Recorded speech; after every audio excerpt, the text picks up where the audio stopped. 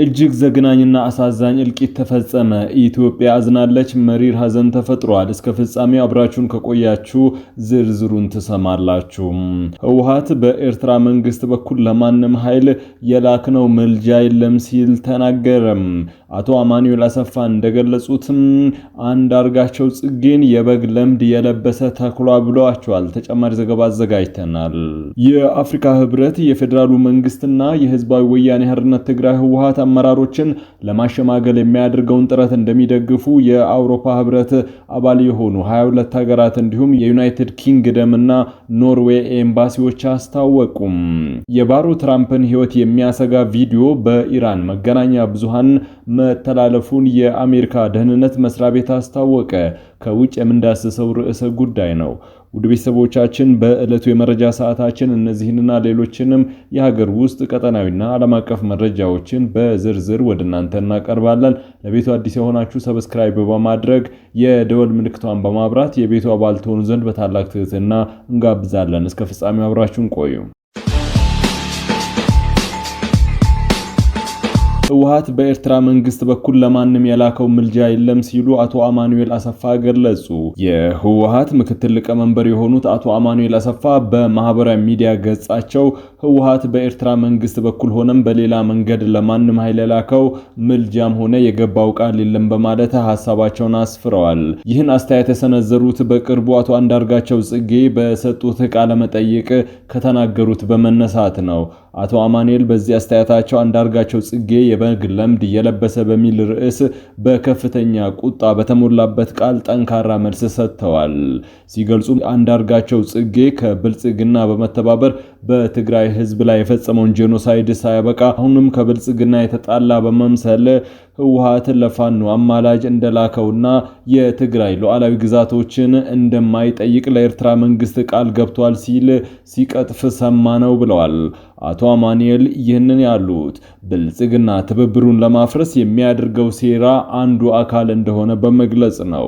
ጨምሮም ትብብሩ የህልውና አደጋ የተፈጠረባቸው ኃይሎች በጋራ የሚታገሉበት አውድ እንጂ በምልጃ አንዱ ለሌላው ተጠርቶ ቃል የሚገባበት አይደለም ሲሉ ተናግረዋል። በፌዴራል ኃይሎችና በህወሓት መካከል ዳግም ግጭት ይከሰታል በሚል ፍርሃት ራያ አላማጣና አካባቢው እየለቀቁ ወደ አጎራባች ከተሞች የሚጓዙ ተፈናቃዮች በበረከቱበት በዚህ ጊዜ በአላማጣ ከተማና ዙሪያው የሚገኙ ነዋሪዎችና አርሶ አደሮች ለጦርነቱ ድጋፍ የሚሆን ገንዘብና እህል መዋጮ ግዴታ እየተጣለባቸው እንደሆነ ተናገሩ። በህወሓት ሹማምንት ነው መዋጮ የተጠየቀ ያለው የሚሉት በአላማጣ ከተማ 02 ቀበሌ ነዋሪ የሆኑ ለደህንነታቸው ሲሉ ስማቸው እንዳይጠቀስ የፈለጉ አስተያየት ሰጪ የተወሰነውን መዋጮ መክፈል ያልቻለ ተጨማሪ ቅጣት እንደሚጣልበትም ተናግሯል ነው ያሉትም። በዚህ ቀጠና 12 ሚሊዮን ብር ተወስኗል ተብሎ ነው የተነገረን፣ ስለጨነቀን ነው ብለዋል። በአሁኑ ሰዓት ከየት ይመጣል ሰው የሚባል ወጥቶ ነው የቆየው፣ ከየት ይመጣል ብለን ስንላቸው ከላይ አካል ተወስኖ የመጣ ነው፣ ምንም ልናደርግ አንችልም ብለውናል ነው ያሉትም።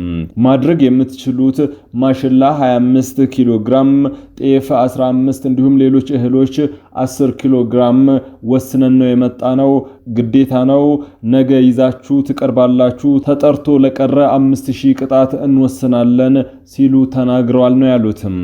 ከማህበረሰቡ የሚሰበሰበው ብርና እህል ጦርነት ታሳቢ ያደረገ ነው የሚሉት ሌላው የአላማጣ ከተማ ነዋሪ አስተያየት ሰጪ በጦርነቱ የሚሳተፉ አገልጋዮች ምርጫም ተከናውኗል ሲሉ ይናገራሉ። ግመል፣ አህያ፣ በቅሎና በሬ እንዲገዙ ተወስኖባቸዋል። አሁን ላይ በራያና አካባቢው ክረምቱ በተጠበቀው ልክ ባለመሆኑ ለድርቅ ተዳርገናል ለሚሉት አርሶ አደሩ ይህንን የግዴታ እህል መዋጮ ወደ መኸር ወቅት እንዲገፉ ብንጠይቅም ተገቢ መልስ ማግኘት አልቻልንም ሲሉ ተናግረዋል። በጉዳዩ ላይ ምላሽ የሰጡት የህወሓት ቃል አቀባዩ አቶ ሚካኤል አስግዶም በበኩላቸው ክሱ መሰረት የሌለው ነው ብለዋል። ህዝቡ የህልውና ስጋት እንደተደቀነበት በመገንዘብ በገዛ ፍቃዱ በዞኑ ውሳኔ መሰረት የሚደገፍ መሆኑን ገልጾ የሚነሱ ቅሬታዎች እንቅስቃሴውን ለመቀልበስ በተደራጁ ጥቂት ወገኖች የሚነሱ አጀንዳዎች ናቸው ሲሉ አስተባብለዋል። የአፍሪካ ህብረት የፌዴራሉን መንግስትና የህዝባዊ ወያኔ ሓርነት ትግራይ ህወሓት አመራሮችን ለማሸማገል የሚያደርገውን ጥረት እንደሚደግፉ የአውሮፓ ህብረት አባል የሆኑ 22 ሀገራት እንዲሁም የዩናይትድ ኪንግደም፣ ኖርዌይ እና ካናዳ ኤምባሲዎች አስታወቁ። አራቱ ክፉኛ በድርቅ በተጎዱ ትግራይ ክልል የሚጀመረው ወታደራዊ ግጭት ለሰሜኑ ኢትዮጵያ ህዝብ አስከፊ እንደሚሆን አስጠንቅቀዋል። በኢትዮጵያ የሚገኙ እነዚህ ሀገራት ዲፕሎማቲክ ተልእኮዎች ይህንን ያሉት በጋራ ባወጡት መግለጫ ነው። በመግለጫው ካካተቱት የአውሮፓ አባል ሀገራት ፈረንሳይ፣ ጣሊያን፣ ጀርመን፣ ቤልጂየም እና ስፔን ይገኙበታል። የአውሮፓ ሀገራቱ እንዲሁም ዩናይትድ ኪንግደም፣ ኖርዌይ እና ካናዳ በሰሜን ኢትዮጵያ ያለውን ሁኔታ በከፍተኛ ስጋት እየተከታተሉት እንደሆነ በመግለጫቸው ጠቅሰዋል። አራቱም ይህንን ያሉት ባለፉት ቀናት በትግራይ ክልል ድሮን ጥቃቶች መፈጸማቸውን የክልሉ መንግስት የተቆጣጠረው የህወሓት የሚመራው አስተዳደር እየገለጸ ባለበት ወቅት ነው። ሁለት የድሮን ጥቃቶች በአንድ ቀን በተፈጸሙበት ባለፈው ሳምንት ሐሙስ ከ13 በላይ ሰዎች ጉዳት እንደደረሰባቸው ገልጸውም ነበር። በዚህ ሳምንትም ተደራራቢ ጥቃቶች እንደተፈጸሙ ተገልጿል። የፌዴራል መንግስት እነዚህን ጥቃቶችን በተመለከተ እስካሁን በይፋ የሰጠው አስተያየት የለም። ይሁን እንጂ የህወሓት አመራሮች ጽምዶ የተባለ ጥምረት በመፍጠር ከሌሎች ታጣቂዎች የውጭ አካላት ጋር እየሰሩ ነው በሚል በተደጋጋሚ ሲከስ ይደመጣል። ከሌሎች ታጣቂዎች ጋር ትብብር መፍጠራቸውን የጠቆሙት የህወሓት አመራሮችም የፌዴራሉን መንግስት የማስወገድ የተመለከቱ ንግግሮችን ሲያደርጉ በይፋ ተሰምተዋል። በምስራቅ ጉራጌ ዞን ሶዶ ወረዳ በተከሰተ የታጣቂዎች ጥቃት የሰው ህይወት ማለፉንና ከፍተኛ ውድመት መድረሱ ተገለጸ። ይህ አሳዛኝ እልቂትና ግድያ በተደጋጋሚ በዚህ አካባቢ እየተፈጸመ ነው። በማዕከላዊ ኢትዮጵያ ክልል በምስራቅ ጉራጌ ዞን ሶዶ ወረዳ ከኦሮሚያ ክልል አጎራባች አካባቢዎች የተነሱ ታጣቂዎች በፈጸሙት ወረራና ጥቃት በሰው ህይወትና በአካል እንዲሁም በንብረት ላይ ከፍተኛ ጉዳት መድረሱ ተገልጿል። ጥቃቱ የተከፈተው ከነሐሴ 18 2018 ዓ.ም ምሽት ጀምሮ ሲሆን በማግስቱ ነሐሴ 19 በወረዳው ስር በሚገኙ የተለያዩ ቀበሌዎች በስፋት ተካሂደዋል። የጥቃቱ ዋነኛ ሰለባ ከሆኑት አካባቢዎች መካከል ሱተን፣ ጢያና እንዲሁም አሽጋዲያ የተሰኙ የገጠር ቀበሌዎች እንደሚገኙበት የተገለጸ ሲሆን ታጣቂዎቹ በከፈቱት ተኩስ በሰነዘሩት ጥቃት በርካታ ንጹሃን ዜጎች ህይወታቸው ማለፉ ተረጋግጧል።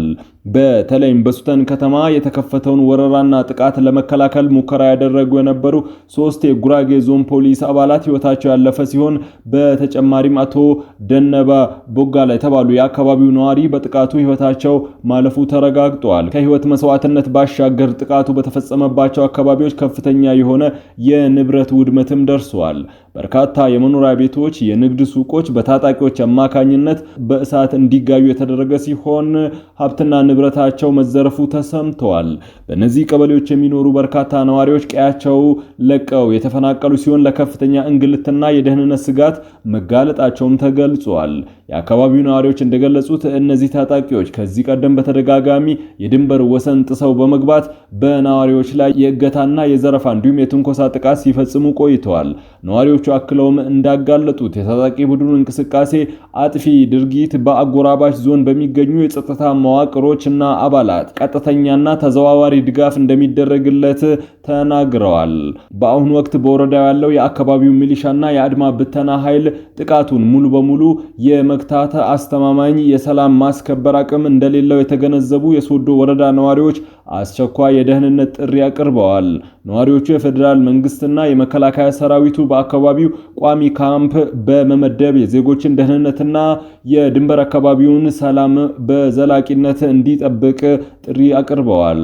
የዜጎች ደህንነትና ሕይወት የማስጠበቅ ቀዳሚ ኃላፊነት ያለበት መንግስት በአጎራባች ክልል ዞኖች ስም ሽፋን በመስጠት ንጹሃንን በሚያጠቁ፣ ሰላም በሚያፈርሱ፣ ሀብትና ንብረት በሚዘርፉ አካላት ላይ ፈጣን የሆነ ህጋዊ እርምጃ ሊወሰድ ይገባል ሲሉም አሳስበዋል።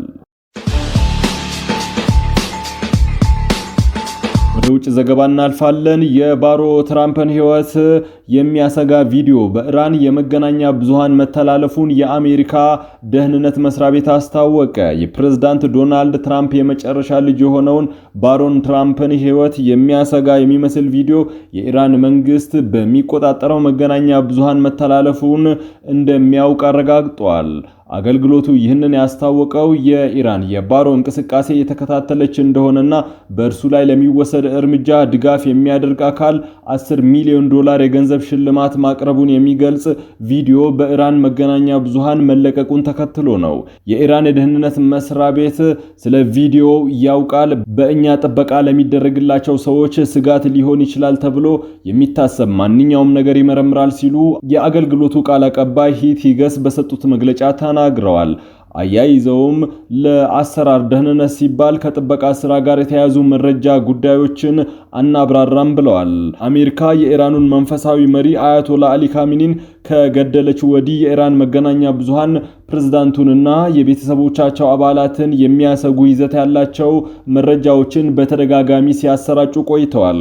ካሚኒ የተገደሉት አሜሪካና እስራኤል በኢራን ላይ በጋራ የከፈቱት ጦርነት የመጀመሪያ ቀን ላይ ነው። የአሜሪካ ሚስጥር አገልግሎት በባሮ ትራምፕ ላይ በኢራን ሚዲያ ስለተላለፈው ስጋት እንደሚያውቅ CNN ቀደም ብሎ ሲዘግብ ነበር። ውድ ቤተሰቦቻችን የዕለቱን መረጃዎቻችንን ከማጠቃለላችን በፊት የዕለቱን የውጭ ሀገር ገንዘቦች ዕለታዊ ምንዛሬ ዋጋ ወደ እናንተ እናቀርባለን። ዛሬ በዳሽን ባንክ አንድ የአሜሪካን ዶላር 160 ብር እየተመነዘረ ነው። የአውሮፓ ዩሮ 187 ብር ከ2 ሳንቲም፣ ፓውንድ ስተርሊንግ 212 ብር ከ8 ሳንቲም፣ የስዊስ ፍራንክ 204 ብር ከ4 ሳንቲም እንዲሁም ድርሃም 46 ብር ከ1 ሳንቲም፣ ሪያል 45 ብር ከ7 ሳንቲም ይመነዘራል። በአቢሲኒያ ባንክ አንድ የአሜሪካን ዶላር 160 ብር ከ8 ሳንቲም፣ ፓውንድ ስተርሊንግ 204 ብር ከ9 ሳንቲም፣ ዩሮ 187 ብር ከ6 ሳንቲም፣ የስዊስ ፍራንክ 197 ብር ከ6 ሳንቲም፣ ድርሃም 44 ብር ከ7 ሳንቲም እንዲሁም ሪያል 44 ብር ከ7 ሳንቲም፣ የቻይና ዩዋን 23 ብር ከ5 ሳንቲም ይመነዘራል። በህብረት ባንክ አንድ የአሜሪካን ዶላር 162 ብር ከ4 ሳንቲም፣ ፓውንድ ስተርሊንግ 214 ብር ከ9 ሳንቲም፣ ዩሮ 188 ብር ከ8 ሳንቲም፣ የስዊዝ ፍራንክ 198 ብር ከ1 ሳንቲም የተመነዘረ ነው።